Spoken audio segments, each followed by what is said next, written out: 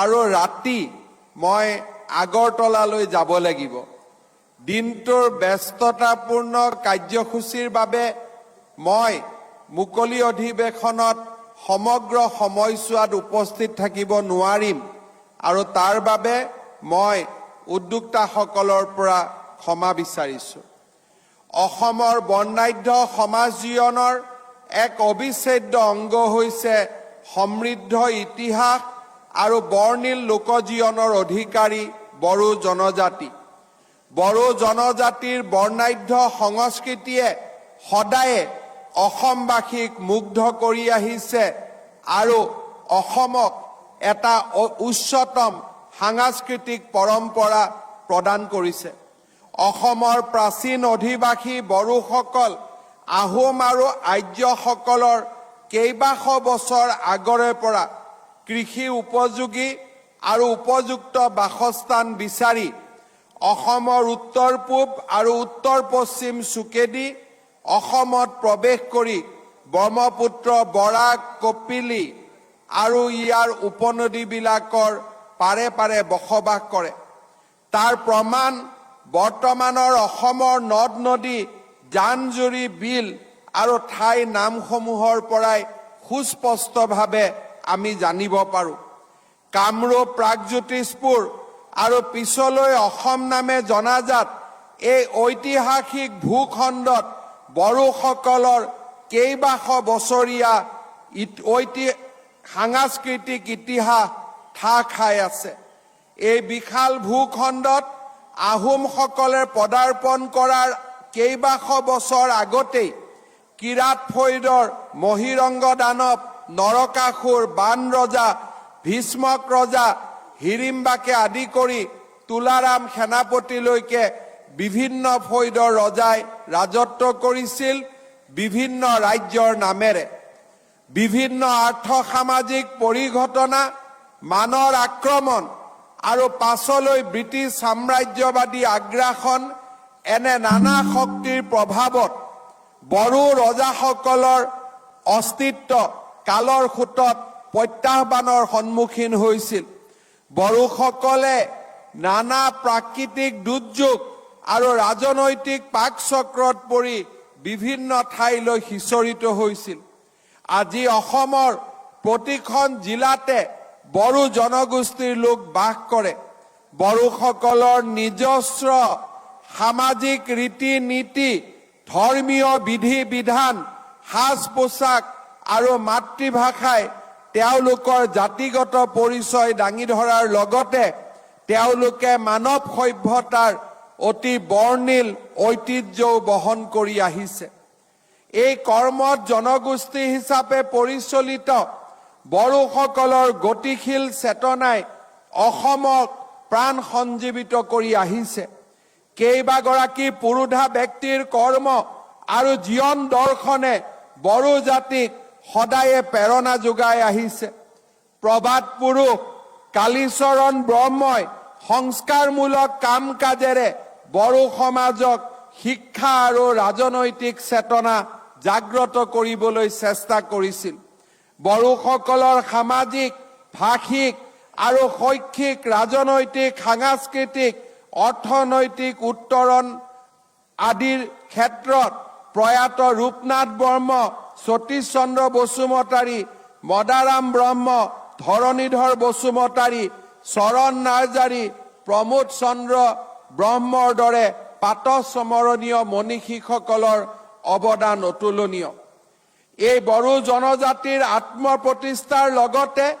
আৰ্থ সামাজিক ৰাজনৈতিক উত্তৰণত মুখ্য ভূমিকা লোৱা সংগঠনসমূহৰ অন্যতম হৈছে নিখিল বড়ো ছাত্ৰ সন্থা যাক আমি সকলোৱে আপসু বুলি জানো ভৈয়ামৰ জনজাতিসকলৰ জনসংখ্যা বিশেষকৈ বড়োসকলে ভৈয়ামৰ জনজাতিসকলৰ সংগ্ৰামক প্ৰতিনিধিত্ব কৰাৰ বাবে দীৰ্ঘকাল জুৰি যি অভাৱ অনুভৱ কৰি আহিছিল সেয়া পূৰণ কৰিছিল নিখিল বড়ো ছাত্ৰ সন্থাৰ জন্মই 1967 চনৰ 15 ফেব্ৰুৱাৰীত কোকৰাঝাৰ ট্ৰাইবেল ৰেষ্ট হাউচত কনকেশ্বৰ নাৰ্জাৰী বানেশ্বৰ বসুমতাৰী আদিৰ দৰে নেতাই একে মতাদৰ্শৰ বড়ো যুৱকৰ এখন জৰুৰী সভাৰ আয়োজন কৰিছিল আৰু সেই সভাতেই নিখিল বড়ো ছাত্ৰ সন্থাৰ গঠনৰ গুৰুত্বপূৰ্ণ সিদ্ধান্ত গ্ৰহণ কৰা হৈছিল। এটা দায়িত্বশীল আৰু গৌৰৱান্বিত বড়ো জাতিৰ পুনৰ উত্থান আৰু বড়োকে ধৰি অন্যান্য ভৈয়াম জনজাতিৰ গৌৰৱময় অগ্ৰগামী যাত্ৰাত এপছুৰ জন্ম আছিল এক ঐতিহাসিক আৰু যুগান্তকাৰী সিদ্ধান্ত। স্বাধীন ভাৰতৰ পাহাৰীয়া জনজাতিসমূহ সুসংগঠিত হৈ থকাৰ সময়তে ভৈয়ামৰ জনজাতিসমূহ কেইবাটাও ৰাজনৈতিক ভাৱাধাৰাত বিভক্ত হৈ আছিল। ভৈয়াম জনজাতি আৰু তেওঁলোকৰ সংগঠনৰ মাজত বিশৃংখলা আৰু বিভ্ৰান্তিয়ে বিৰাজ কৰিছিল আৰু প্ৰগতিৰ জখলাত তেওঁলোক আগুৱাই যাব পৰা নাছিল। এনে পৰিস্থিতিত বড়ো জনজাতিৰ এক আপোন সংগঠনৰ সন্ধানত আছিল যি তেওঁলোকৰ আশা আৰু আকাংক্ষাক প্ৰতিনিধিত্ব কৰিব পাৰে, আশা আকাংক্ষাক পূৰণ কৰিব পাৰে। সেয়েহে ন্যায়, মৰ্যাদা আৰু শান্তিৰ মহান দৰ্শনেৰে এপছুৰ প্ৰতিষ্ঠাই এই সন্ধানৰ সমাপ্তি ঘটাইছিল। ঐক্য, অস্তিত্ব আৰু সমৃদ্ধিৰ মূল মন্ত্ৰ অনুসৰণ কৰি বড়ো ছাত্ৰ ছাত্ৰীসকলক একত্ৰিত কৰি উন্নত আৰু পাৰস্পৰিক বুজাবুজিৰ ভিত্তিত মহান বড়ো জাতিৰ অৰ্থনীতি, শিক্ষা, সংস্কৃতি, পৰম্পৰা, ভাষা আৰু সাহিত্যক আগুৱাই নিয়াৰ ক্ষেত্ৰত এপছুৰ নেতৃত্বই সোণসেৰীয়া খোজ পেলাইছিল। কেৱল বড়ো জনজাতিৰে নহয়, আজি সমগ্ৰ ৰাজ্যখনতে এপছুৱে এক মৰ্যাদাপূৰ্ণ স্থান দখল কৰিছে। সামাজিক ৰাজনৈতিক জীৱনৰ সম্প্ৰতি এক অবিচ্ছেদ্য অংগ হৈ পৰিছে এপছু। নিপীড়িতৰ বাবে ন্যায়, পিছপৰা লোকৰ বাবে মৰ্যাদা আৰু সকলোৰে বাবে শান্তি প্ৰতিষ্ঠাৰ যাত্ৰাত বিগত 5 দশকৰো অধিক কাল এপছুৱে আপোচবিহীন স্থিতি গ্ৰহণ কৰি জনসাধাৰণৰ কাষত থিয় হৈছে। জন্মলগ্নৰে পৰা এপছুৱে বড়ো আৰু অসমৰ পিছপৰা জনজাতিৰ সামাজিক, সাংস্কৃতিক, অৰ্থনৈতিক, ভাষিক আৰু সাহিত্যিক অন্যান্য উন্নয়নমূলক দিশত মনোনিৱেশ কৰি আহিছে। 1967 পৰা 86 চনলৈ এপছুৱে নিজৰ অৰাজনৈতিক দৃষ্টিভংগী বজাই ৰাখিছিল আৰু মূলতঃ বড়োসকলৰ বিভিন্ন সংগ্ৰামত যুৱ শক্তি হিচাপে কাম কৰিছিল। 67 পৰা 86 চনলৈ এপছুৱে বড়ো যুৱক যুৱতীসকলক সামাজিক, সাংস্কৃতিক আৰু অৰ্থনৈতিক উন্নয়নৰ বাবে সংগঠিত কৰাৰ উপৰিও বড়ো আৰু অন্যান্য খিলঞ্জীয়া সম্প্ৰদায়ৰ ৰাজনৈতিক সংগ্ৰামৰ বাবে এক সবল ভিত্তি গঢ়াৰ দিশে কাম আৰম্ভ কৰিছিল।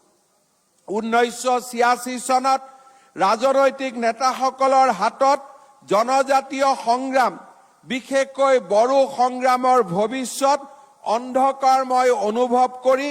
ইমান দিনে অৰাজনৈতিক ভূমিকা পালন কৰি অহা এপছুৱে প্ৰত্যক্ষভাৱে বড়োসকলৰ আত্মনিৰ্ভৰশীল সংগ্ৰামত জড়িত হৈ পৰিছিল। ইয়াৰ মূল ভূমিকা গ্ৰহণ কৰিছিল প্ৰখৰ বুদ্ধিসম্পন্ন ওজস্বী নেতা বডোফা উপেন্দ্ৰনাথ ব্ৰহ্মই। 1986 চনৰ 31 মেত দৰং জিলাৰ অনুষ্ঠিত এপছুৰ সন্মিলনত বডোফা উপেন্দ্ৰনাথ ব্ৰহ্মক নিখিল বড়ো ছাত্ৰ সন্থাৰ 8ম গৰাকী সভাপতি হিচাপে দায়িত্ব দিয়া হৈছিল। নিজৰ সকলো ব্যক্তিগত আশা আকাংক্ষা পৰিত্যাগ কৰি বডোফা উপেন্দ্ৰনাথ ব্ৰহ্মই বড়োসকলৰ ৰাজনৈতিক আন্দোলনক এক নতুন গতি দিছিল। তেওঁ বিশ্বাস কৰিছিল যে বড়োসকলে যি কষ্টৰ সন্মুখীন হৈছে তাক প্ৰতিকাৰ কৰিবলৈ এক পূৰ্ণ সংগ্ৰামত লিপ্ত হোৱাৰ সময় আজি সমাগত। তেওঁৰ মতে অসমৰ জনজাতীয় সমূহে সন্মুখীন হোৱা সকলো অন্যায়, শোষণ, বৈষম্য আৰু অনুন্নয়ৰ কাৰণ হৈছে ৰাজনৈতিক। আজিৰ এই শুভক্ষণত মহান নেতা আৰু বড়ো জাতিৰ অন্যতম পথিকৃত বডোফা উপেন্দ্ৰনাথ ব্ৰহ্মৰ প্ৰতি মই গভীৰ শ্ৰদ্ধা নিবেদন কৰিছোঁ। যোৱা বছৰত বডোফা উপেন্দ্ৰনাথ ব্ৰহ্মৰ সমাধিলৈ গৈ তেখেতক শ্ৰদ্ধাঞ্জলি জনোৱাৰ মোৰ সৌভাগ্য হৈছিল আৰু সেই দিনাখনেই বডোফা উপেন্দ্ৰনাথ ব্ৰহ্মৰ বাসভৱনতো গৈ মই অত্যন্ত নিজকে পবিত্ৰ বুলি অনুভৱ কৰিছিলোঁ। 1990 চনত বডোফাৰ আকস্মিক মৃত্যুৱে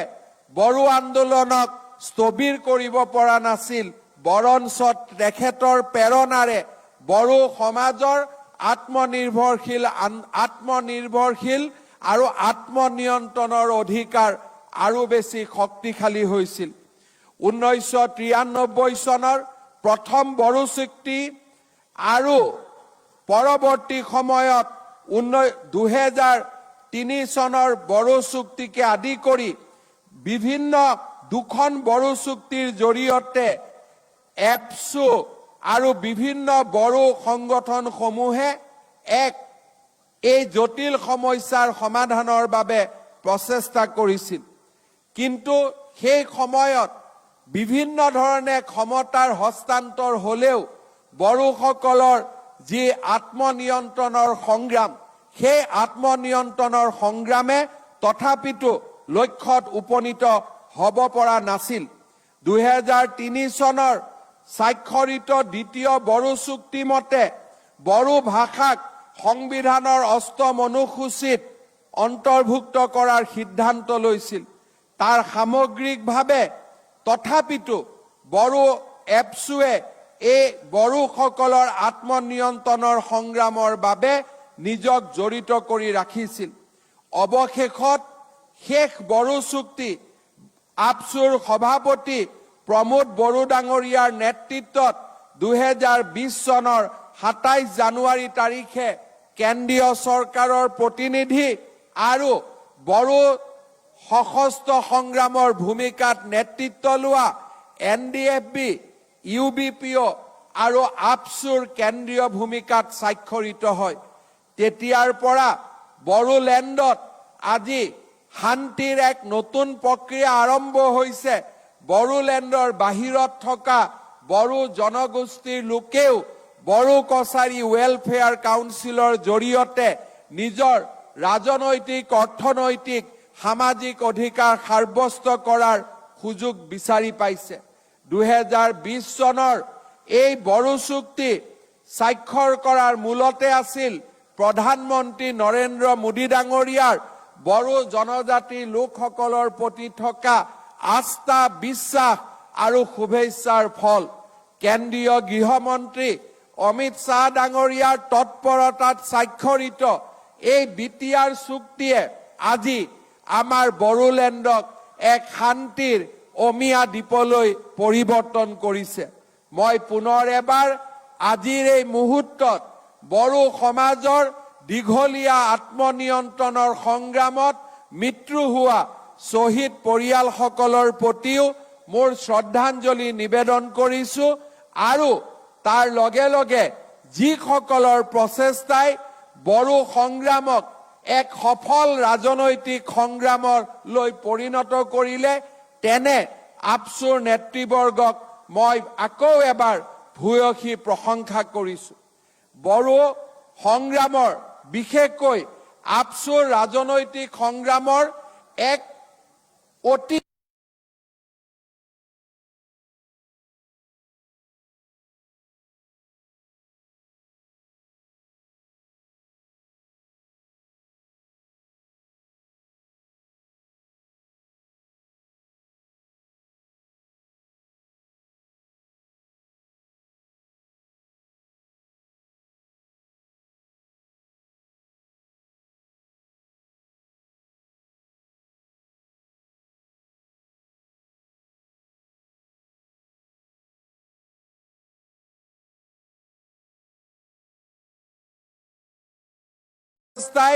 বড়ো সংগ্ৰামক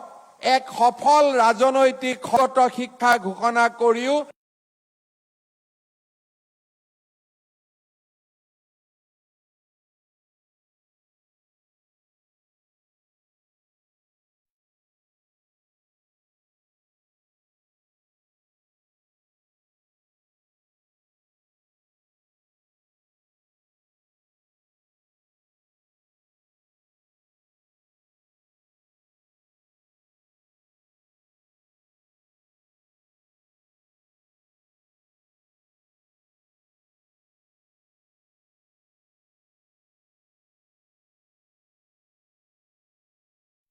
শিক্ষা ঘোষণা কৰিও এপছুৱে বড়ো সমাজৰ মাজক ঐক্যবদ্ধ কৰি আপছুৱে এক নতুন দিশেৰে বড়ো সমাজখনক বৌদ্ধিক সাংস্কৃতিক নিছে ৰাজনৈতিক আৰু সামাজিক প্ৰত্যাহ্বানৰ সন্মুখীন হৈছে আপছুৰ সমান্তৰাল সংগঠন গঠনৰ প্ৰয়াস কৰা হৈছে কিন্তু তাৰ পিছতো বড়ো সমাজৰ হৃদয়ত বাস কৰি আৰু আপছুৱে আপোচবিহীন সংগ্ৰাম আৰু তেওঁলোকৰ সচেতন চিন্তাৰ মাজেৰে বড়ো সমাজৰ হৃদয়ৰ মণিকোঠাত আজি আপছু বাস কৰিছে আৰু আপছুক দুৰ্বল কৰাৰ প্ৰতিটো ষড়যন্ত্ৰ বড়ো ৰাইজে ব্যৰ্থ কৰিছে সেয়া অতিকৈ লক্ষণীয় আৰু সেয়া সকলোৰে বাবে এক প্ৰেৰণাৰ উৎস শ্ৰদ্ধাৰ ৰাইজ মই মোৰ ভাষণত 2008 চনৰ বিটিআৰ 2020 চনৰ বিটিআৰ চুক্তিৰ কথা উল্লেখ কৰিছো আমাৰ চৰকাৰে এই বিটিআৰ চুক্তিক ৰূপায়ণ কৰা স্বাক্ষৰ কৰাৰ পিছতেই এই চুক্তিৰ প্ৰতিটো দফাক আখৰে আখৰে ৰূপায়ণ কৰাৰ বাবে আমি নিৰলস প্ৰচেষ্টা চলাই আহিছো বড়ো ভাষাক সমগ্ৰ ৰাজ্যখনতে সহযোগী চৰকাৰী ভাষা হিচাপে স্বীকৃতি দিয়াই হওক বড়ো মাধ্যমক দ্বাদশ শ্ৰেণীলৈকে শিক্ষাৰ মাধ্যম হিচাপে নিৰ্মাণ কৰাকে হওক শোণিতপুৰ জিলাৰ বা অসমৰ আন বনাঞ্চলত বাস কৰা বড়ো লোকসকলক বনভূমি আইনৰ অধীনত ভূমিৰ পট্টা প্ৰদান কৰাকে হওক বা বিটিআৰৰ সীমা গহপুৰলৈকে অংকন কৰাৰ ক্ষেত্ৰতে হওক আজি আমাৰ ৰাজ্য চৰকাৰে আপছু আৰু বিটিআৰৰ নেতাসকলৰ সৈতে নিৰন্তৰভাৱে কাম কৰি বড়ো সমাজৰ আশা আকাংক্ষাক বাস্তৱত ৰূপায়িত কৰিবলৈ চেষ্টা কৰি আহিছে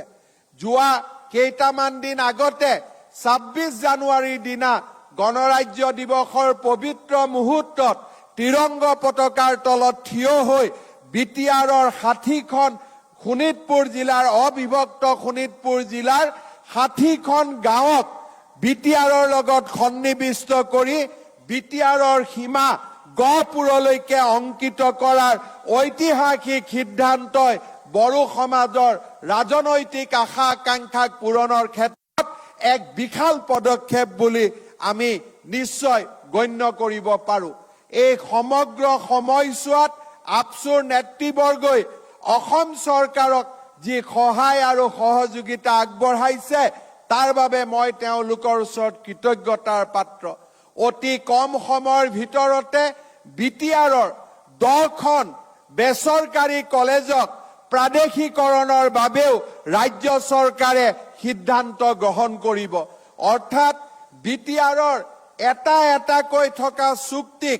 আমি আখৰে আখৰে পালন কৰিবলৈ প্ৰতিশ্ৰুতিবদ্ধ মই আজিৰ সভাত আপছুৰ নেতৃবৰ্গক অনুৰোধ জনাম যে বড়ো চুক্তিৰ সমান্তৰালভাৱে বড়ো সমাজক অৰ্থনৈতিক সাংস্কৃতিকভাৱে আগুৱাই নিয়াৰ ক্ষেত্ৰত আমি আন এক নতুন আন্দোলন কৰাৰ সময় আজি সমাগত এই বড়ো ভূমিয়ে হওক অসমৰ সমগ্ৰ গোটেই ৰাজ্যখনতে হিচৰিত হৈ থকা বড়ো লোকসকল হল পৰিশ্ৰম আৰু কষ্টৰ এক পৰাকাষ্ঠা বুলি ক'লেও ভুল কৰা নহব দিনে ৰাতিয়ে পৰিশ্ৰম কৰিব পৰা সাহসী এই বড়ো জাতিয়ে অসমৰ অৰ্থনীতিলৈ এক বিশাল বৰঙণি আগবঢ়াব পাৰে অসমৰ কৃষি অৰ্থনীতিত অসমৰ হৰ্টিকালচাৰ সেক্টৰত হওক অসমৰ এগ্ৰিকালচাৰ সেক্টৰত হওক আমাৰ বড়ো জনজাতি লোকসকলে এক মহত্তম বৰঙণি আগবঢ়াব পাৰে বড়ো জনগোষ্ঠীৰ উদীয়মান ছাত্ৰ ছাত্ৰীসকলে শিক্ষাৰ জৰিয়তে বিশ্বৰ বহল বুকুত বড়ো সমাজক প্ৰতিষ্ঠিত কৰিব পাৰে বড়ো সমাজৰ সাংস্কৃতিক দিশসমূহ আৰু সাংস্কৃতিক যিসমূহ উপাদান আছে আজি আমাৰ সমগ্ৰ সাংস্কৃতিক উপাদানসমূহক আমি বিশ্বৰ সভাত বৰ সভাত আমি প্ৰতিষ্ঠা কৰিব পাৰো বড়োসকলৰ খিলঞ্জীয়া ৰীতি নীতি ধৰ্ম এই সমূহক সংৰক্ষণ কৰি বড়ো সমাজে নিজৰ অতীতৰ লগত নিজৰ ভৱিষ্যতক সদায় সমন্বয়ৰ মাজেৰে আগুৱাই লৈ যাব পাৰে অতীতৰ পৰম্পৰাক আধুনিক যুগতো আমি একেধৰণে ৰাখি ভৱিষ্যতলৈ এক উজ্জ্বল বড়ো জাতি আমি নৱপ্ৰজন্মৰ বাবে থৈ যাব পাৰো মই বিশ্বাস কৰো জনজাতীয় লোকসকলৰ ক্ষেত্ৰত মই বিশ্বাস কৰো যে জনজাতীয়সকলে নিজৰ ৰীতি নীতি ভাষা সংস্কৃতি পৰম্পৰাক কোনো কাৰণতে পৰিত্যাগ কৰা উচিত নহয় আমি দৰ্জা আৰু খিৰিকী আমি খোলা ৰাখিব লাগে কিন্তু ভৰিৰ তলৰ মাটি আমি কাৰো বাবে এৰি দিব নালাগে এই ভৰিৰ তলৰ মাটিক আমি আমাৰ ভৱিষ্যত প্ৰজন্মৰ বাবে সংৰক্ষণ কৰিব লাগে মই ভাবো যে তেনে সামাজিক ৰাজনৈতিক আৰু অৰ্থনৈতিক আন্দোলনৰ নেতৃত্ব পৰৱৰ্তী সময়ত আপসুৰ নেতৃত্বই গ্ৰহণ কৰিব লাগে তাৰ সমান্তৰালভাৱে মই পৰামৰ্শ আগবঢ়াম যে বড়ো জাতিৰ ছাত্ৰ ছাত্ৰীসকলে যাতে বহল সমাজখনত নিয়োগৰ সুবিধা লাভ কৰিব পাৰে বড়ো ভাষাক মুখ্য ভাষা হিচাপে লৈ বড়ো ভাষাক সমস্ত আয়ত্ত কৰি ইংৰাজী হিন্দী আৰু অসমীয়া ভাষাৰো চৰ্চা আমি কৰিব লাগে যাতে ৰাজ্যত সিঁচৰিত হৈ থকা কৰ্ম সংস্কৃতি বা কৰ্মৰ যিবিলাক ব্যৱস্থা দেশত সিঁচৰিত হৈ থকা যি কৰ্মৰ সংস্থাপন আৰু বিশ্বৰ বহল বুকুত সিঁচৰিত হৈ থকা কৰ্ম সংস্থাপনৰ সুবিধাসমূহ আমি লাভ কৰিব পাৰো আপসুৰ সভাপতি দীপেন বড়ো ডাঙৰীয়াই অসম কৃষি বিশ্ববিদ্যালয়ৰ এটা চৌহদ বড়োলেণ্ডত স্থাপন কৰাৰ বাবে মোক পৰামৰ্শ দিছে এই ক্ষেত্ৰতো বিটিআৰৰ লগত আলোচনা কৰি আমি নিশ্চয় আমাৰ সিদ্ধান্ত অতি সোনকালে আপসুৰ নেতৃবৃন্দৰ আগত আমি অৱগত কৰিম সমান্তৰালভাৱে এই বছৰৰ পৰাই আমাৰ ৰাজ্যিক বাজেটত উপযুক্ত ধনৰ আবণ্টন কৰি আমি ওদালগুৰিত বডোলেণ্ড বিশ্ববিদ্যালয়ৰ চৌহদ নিৰ্মাণ কৰাৰ কাম আমি আৰম্ভ কৰিম যাতে ওদালগুৰিৰ ছাত্ৰ ছাত্ৰীসকলে ইয়াৰ পৰা যথেষ্ট আগবাঢ়ি যাব পাৰে আমাৰ ৰাজ্যখনত বড়ো জনগোষ্ঠীৰ যুৱক সমাজে সংস্কৃতিৰ লগতে ক্ৰীড়াৰ ক্ষেত্ৰতো অত্যন্ত উৎকৰ্ষতাৰ প্ৰদান কৰি আহিছে আজি হলিৰাম বড়োৰ দৰে খেলুৱে সমগ্ৰ অসমৰ বাবে এক প্ৰেৰণাৰ প্ৰতীক হৈ পৰিছে মই বিশ্বাস কৰো যে আমাৰ ৰাজ্যখনত এক সুন্দৰ ক্ৰীড়া নীতিৰ প্ৰয়োজন যি ক্ৰীড়া নীতিয়ে খেলক মাত্ৰ এক এক্সট্ৰা কাৰিকুলাৰ এক্টিভিটি নহয় এমপ্লয়মেণ্ট জেনেৰেশ্যনৰ এক ব্যৱস্থালৈ ৰূপান্তৰ কৰিব পাৰে মই বিটিআৰৰ নেতৃত্ব আৰু আপসুক বড়োসকলৰ সহজাত প্ৰতিভা ফুটবল ধনু বিভিন্ন ধৰণে যি প্ৰতিভা লুকাই আছে সেই প্ৰতিভা বিকাশৰ বাবে এক সুস্পষ্ট ক্ৰীড়া নীতিৰে ৰাজ্যৰ বড়ো ছাত্ৰ ছাত্ৰীসকলক উদ্বুদ্ধ কৰিবলৈ মই আহ্বান জনাম শ্ৰদ্ধাৰ ৰাইজ যোৱা ২৬ জানুৱাৰীৰ দিনা পতাকা উত্তোলনত আমাৰ ৰাজ্য চৰকাৰে ক্ৰীড়াৰ ক্ষেত্ৰত এক অতি উচ্চাকাংক্ষী আমি এটা সমাৰোহৰ কথা কল্পনা কৰিছো অসমত ২৫,০০০ ৰাজহ গাঁও আছে আমাৰ বনগাঁও আছে এই সমগ্ৰ গাঁওসমূহতে আমি ক্ৰীড়াৰ প্ৰতিযোগিতা অনুষ্ঠিত কৰি তাৰ পৰা মহকুমা তাৰ পৰা জিলা তাৰ পৰা ৰাজ্যত আমি এক ক্ৰীড়াৰ মহা সমাৰোহ আয়োজন কৰিব খুজিছো যাতে আমি টেলেণ্টসমূহক আমি চিনাক্তকৰণ কৰিব পাৰো আৰু সেই টেলেণ্টসমূহক আমি উপযুক্ত প্ৰশিক্ষণৰ পৰ্যায়েৰে আমি অলিম্পিকৰ কল্পনালৈ আমি তেওঁলোকক আগুৱাই লৈ যাব পাৰো অসমৰ লভলীনা হিমাৰ দৰে খেলুৱৈসকলে প্ৰমাণ কৰিছে যে আমাৰ মাজত লুপ্ত হৈ থকা সুপ্ত হৈ থকা ক্ৰীড়াৰ প্ৰতিভাসমূহক যদি আমি আগবঢ়াই লৈ যাওঁ তেতিয়াহ'লে অলিম্পিকৰ পডিয়াম আমাৰ বাবে বহু দূৰত নহয় সেই পডিয়াম আমি সোনকালে আমি সেই পডিয়ামত উপস্থিত হ'ব পাৰিম শ্ৰদ্ধাৰ ৰাইজ মোৰ ভাষণত মই আগতে কৈছো যে এপছুৰ এক প্ৰধান দায়িত্ব আছিল বড়ো সমাজৰ মাজত শিক্ষাৰ সম্প্ৰসাৰণ কৰা। এই বছৰত কোকৰাঝাৰত মেডিকেল কলেজে প্ৰাণ পাব। মেডিকেল কলেজত 100টাকৈ প্ৰত্যেক বছৰে সিট থাকে। সৰ্বভাৰতীয় আৰু ৰাজ্যিক প্ৰতিযোগিতা হয়। মই নিবিচাৰো যে কোকৰাঝাৰৰ মেডিকেল কলেজত বাহিৰৰ পৰা ল'ৰা ছোৱালী আহক, কিন্তু বাহিৰৰ পৰা অহা ল'ৰা ছোৱালী আমি আন্দোলন কৰি বন্ধ কৰিব নোৱাৰো। শিক্ষাৰ প্ৰতিযোগিতাৰ মাজেৰে আমি বন্ধ কৰিব পাৰো। আৰু সেইবাবে আমি আহ্বান জনাম আমাৰ বিটিআৰ আৰু এপছুৰ নেতৃবৰ্গক যে একাদশ দ্বাদশ শ্ৰেণীৰ ছাত্ৰ ছাত্ৰীসকলক মেডিকেল আৰু ইঞ্জিনিয়াৰিঙত সিট পাবলৈ উপযুক্ত প্ৰশিক্ষণ দিয়াৰ ব্যৱস্থা কৰক। আমাৰ চৰকাৰে আৰোহণ নামে আমি এটা কাৰ্যসূচী আৰম্ভ কৰিছো, যি কাৰ্যসূচীৰ জৰিয়তে অসমৰ সকলো হাইস্কুলত ক্লাছ 9ত যিজন ল'ৰা প্ৰথম হ'ব সেই ল'ৰাজনক 9, 10, 11, 12 4 বছৰ আমি মেণ্টৰিং কৰিম, যাতে চতুৰ্থ বছৰত তেওঁলোকে IIT লৈকে যাব পাৰে, মেডিকেল কলেজলৈকে যাব পাৰে, এইমছলৈকে সিট পাব পাৰে। মই আশা কৰিম আপছুৰ নেতৃবৃন্দয়ো বড়ো সমাজৰ মেধাৱী ছাত্ৰ ছাত্ৰীসকলক মেণ্টৰিং কৰাৰ ক্ষেত্ৰত এক বিশাল ভূমিকা পালন কৰিব পাৰে। বিশেষকৈ এপছুৰ যিবিলাক ব্ৰাঞ্চ আছে সেই ব্ৰাঞ্চসমূহে এই ক্ষেত্ৰত এক বৃহত্তৰ ভূমিকা গ্ৰহণ কৰিব পাৰে। শিক্ষাৰ এই সন্দৰ্ভতে মই আপোনালোকৰ মাজত ঘোষণা কৰিবলৈ পাই অত্যন্ত আনন্দিত হৈছো যে 31 মাৰ্চৰ দিনটো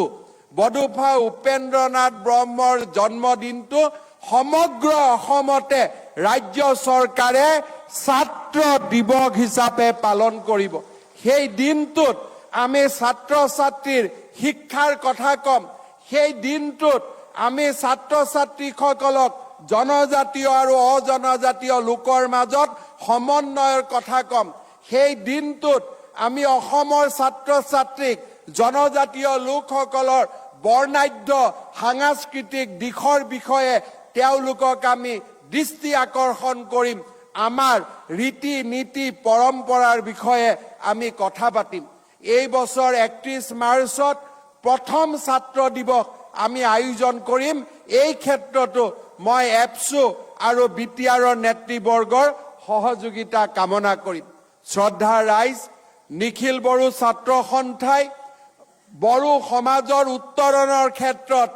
এক বিশিষ্ট ভূমিকা গ্ৰহণ কৰি আহিছে। বিটিআৰ চুক্তিৰ স্বাক্ষৰৰ পিছত অসমৰ ভৌগোলিক চাৰিসীমাৰ ভিতৰত থাকি আমি বড়ো সমাজক আত্মনিয়ন্ত্ৰণৰ অধিকাৰ প্ৰদান কৰিছো। বিটিআৰ চুক্তিৰ পিছত এপছুৰ দায়িত্ব কেৱল বড়ো ছাত্ৰ ছাত্ৰীসকলৰ বাবেই নহয়, এপছুৰ দায়িত্ব অসমৰ সমগ্ৰ ছাত্ৰ ছাত্ৰীৰ বাবে আজি নিৰ্ধাৰিত হৈছে। আমি লাহে লাহে বড়ো জনগোষ্ঠীৰ পৰা আগুৱাই গৈ বহল বিশ্বৰ বুকুত কেনেকৈ আমাৰ ৰাজ্যখনক প্ৰতিষ্ঠা কৰিব পাৰো তাৰ বাবে এপছুৰ দৰে সমাজ হিতৈষী সংগঠনসমূহে কাম কৰিব লাগিব। যেতিয়া আমি ক্ৰীড়াৰ প্ৰতিযোগিতা অনুষ্ঠিত কৰিম, শিক্ষাৰ আমি কথা কম, সাংস্কৃতিৰ কথা কম, তেতিয়া মই নিশ্চিত যে এপছুৱে সেই অঞ্চলসমূহত থকা বড়ো ছাত্ৰ ছাত্ৰীসকলৰ লগতে অবড়ো বা যিসকল বড়ো নহয় তেনেধৰণৰ ছাত্ৰ ছাত্ৰীসকলৰ কল্যাণৰ বাবেও নিশ্চয় কাম কৰিব। আৰু এনেধৰণে অসমৰ জনজাতি আৰু অজনজাতি সমাজখনৰ মাজত এপছু লাহে লাহে এটা সমন্বয়ৰ সেতুলৈ ৰূপান্তৰিত হ'ব। মই পুনৰ আজিৰ এপছুৰ এই 55তম বাৰ্ষিক অধিৱেশনত নিখিল বড়ো ছাত্ৰ সন্থাৰ কৰ্মকৰ্তাসকলক পুনৰ এবাৰ অভিনন্দন জনাইছো আৰু এপছুৰ নৱনিৰ্বাচিত সভাপতি দীপেন বড়ো ডাঙৰীয়াক অসমবাসী ৰাইজৰ হৈ উষ্ণ অভিনন্দন জনাইছো। মই আশা কৰো দীপেন বড়ো ডাঙৰীয়াৰ নেতৃত্বত, নিখিল বড়ো ছাত্ৰ সন্থাৰ নেতৃত্বত অসম আৰু বড়োলেণ্ডৰ বিৰামহীন উন্নয়নৰ বাবে আমি একত্ৰিতভাৱে কাম কৰি যাম বডোফা উপেন্দ্ৰনাথ ব্ৰহ্মৰ সপোন কালীচৰণ ব্ৰহ্মৰ সপোন আমি বাস্তৱত ৰূপায়িত কৰিম ধন্যবাদ জয় হিন্দ জয় মা ভাৰতী জয় আই অসম জনাইছো মই আশা কৰো দীপেন বড়ো ডাঙৰীয়াৰ নেতৃত্বত নিখিল বড়ো ছাত্ৰ সন্থাৰ নেতৃত্বত অসম আৰু বড়োলেণ্ডৰ বিৰামহীন উন্নয়নৰ বাবে আমি একত্ৰিতভাৱে কাম কৰি যাম বডোফা উপেন্দ্ৰনাথ ব্ৰহ্মৰ সপোন কালীচৰণ ব্ৰহ্মৰ সপোন আমি বাস্তৱত ৰূপায়িত কৰিম ধন্যবাদ জয় হিন্দ জয় মা ভাৰতী জয় আই Assam Himanta Biswa Sarma long live doctor Himanta Biswa Sarma long live অসমৰ জনপ্ৰিয় মুখ্যমন্ত্ৰী লং লিভ অসমৰ জনপ্ৰিয় মুখ্যমন্ত্ৰী জিন্দাবাদ बिथाङा थांसिगोन बयबो गसंनानै गोबारै आखाइ खबनानै हरनांगौ जय बर' हारिनि एबसु लं लिभ एबसु लं लिभ डक्टर हिमন্ত বিশ্ব शर्मा लं लिभ डक्टर हिमন্ত বিশ্ব शर्मा लं लिभ बयबो जिरायनांगौ जोंहा गाहाय आलासि आरो बिटिआरनि मानगोनां सि प्रमद बर' बिथां आरो लोगोसेनो जोंहा गोबां आलासि दङ जायगायावनो था हेलिकप्टारखौ बयबो नुहुरगोन आरो बिथाङा बिनिफ्राय थांसिगोन आङो रायजो राजाखौ धैर्य हमनानै जिरायनो थाखाय खावलायबाय बे समाव जोंहा भुटाननि कालचारेल डान्स ट्रुप दङ from Bhutan we have a cultural dance आं बिथांमोनखौ मोसाफैनो थाखाय खावलायदों आई रिक्वेस्ट देम टु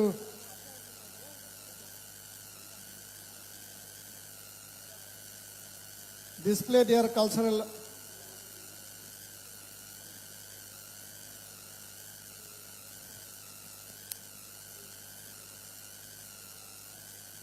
आङो जोंनि साब कमिटिखौ जौसाङाव बिथांमोनखौ रेडि खालामनो खावलायबाय गिबि मन्थ्रि बिथाङा मेडियाव बाइट श्रद्धा राइज आरो बे बाइटआ जोबखांनायनि उनावनो जोङो डान्सखौ होगोन आङो दसे 5 मिनिट नेथ'नो खावलायगोन जौसाङाव फैनानै थाफै स्टेज पे आ जाइए 5 मिनिट थाथ' 5 मिनिट गसंनानै थाथ'नो हो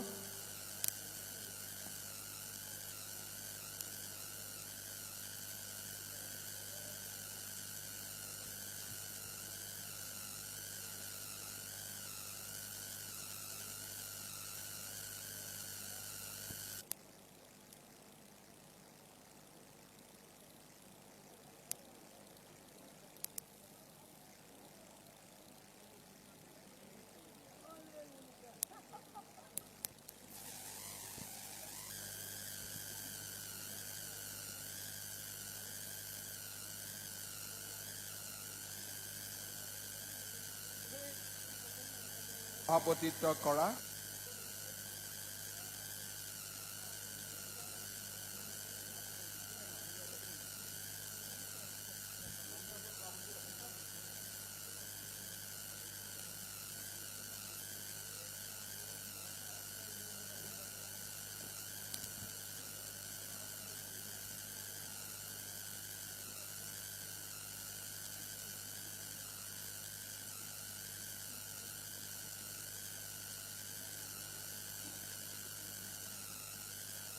सिरिबाङै जिराय